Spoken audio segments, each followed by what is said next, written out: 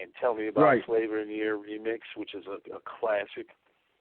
Well, Flavor in Your Air remix is a classic with me, Craig Mack, Biggie Smalls, Busta Rhymes, and LL Cool J. And, and Easy Mo B was the producer of the Flavor in Your Ear remix, summer of '94. Classic. If anybody know about hip-hop classics, that was the best all-time classic remix of all times. And I was a part of that, and I went third. I was the first one to go 2194, mad motherfucking hardcore. It's my time to burn the rig, explore. The Flavor in Your Ear is the Boy Scout. You already know what it is. Hell yeah. Hell yeah. Now, were you guys doing that all in the studio at the same time? Yeah, we was all in the studio same time. Actually, Biggie laid his first verse first, and I was in the studio with me, Puff, Mo B, Busta, and LL. We were all in the same studio, so the vibe in the studio was good. But I wasn't supposed to be on the record. You know what I'm saying? I just came up there to support Bus, and then Puff was like, "What? You're not getting on this record?" I'm like, "Man, give me a minute." So I just, went into my files real fast, heard the beat, went in there. 2 weeks later, I was on the video. That's how that happened. But actually, Craig Mack called me and was asking me, "Yo, man, would you jump on the record?" In the beginning, I was going through something at the time, and I told him no. Then Bus was like, "Yo, man, I think you need to take the opportunity and jump on this record, for real, for real. And if you ain't going to be on the record, just come with me to the studio." So I went with him to the studio. Puff was looking at me, "What, you ain't getting on this? Come on, bro. You got to put a verse on this." So I put a verse on it, and, that's how it began. You're right, though. Yeah, I was just going to say, that's one of them songs, man. Like, that remix is so classic that a lot of people don't even know a remix. People, when they hear that song, they think that's the regular version, man. That remix definitely took over that song, man. Right.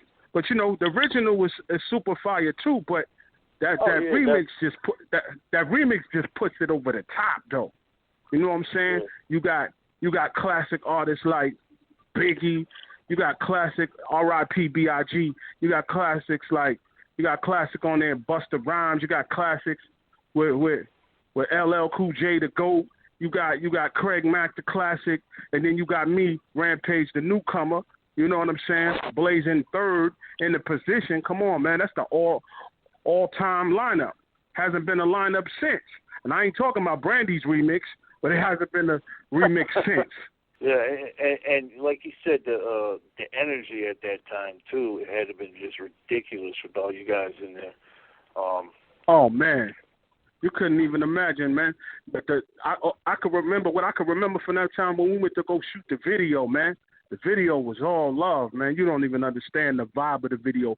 But, shooting the video, I didn't understand why Puffy made me go last. Like, after everybody went home, I had to shoot my part last with Puff. But I get it. Puff was just wanting to vibe with me, getting to know me better. And, shout out to Diddy, man, because, putting the time in and showing me, the best way to, do my artistry and be a part of classic material. That's how you do it, man, So I remember staying, I think an hour later, vibing with me, Puff, and Hype Williams, and Puff was just like, "Yo, Paige, give me what you giving me on the record. Let me see that in the video, because the reason why I'm on it, because you told me to burn them in the flames." So that's how he got on it. Yeah.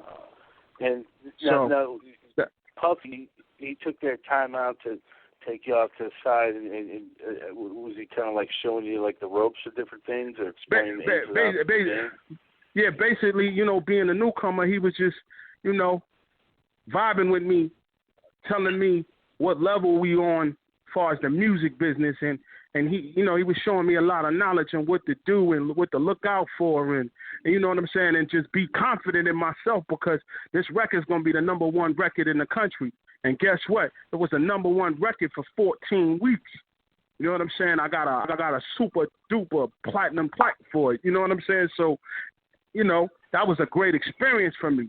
You know what I'm saying? And right after that followed, man. I said, what a way to kick shit off.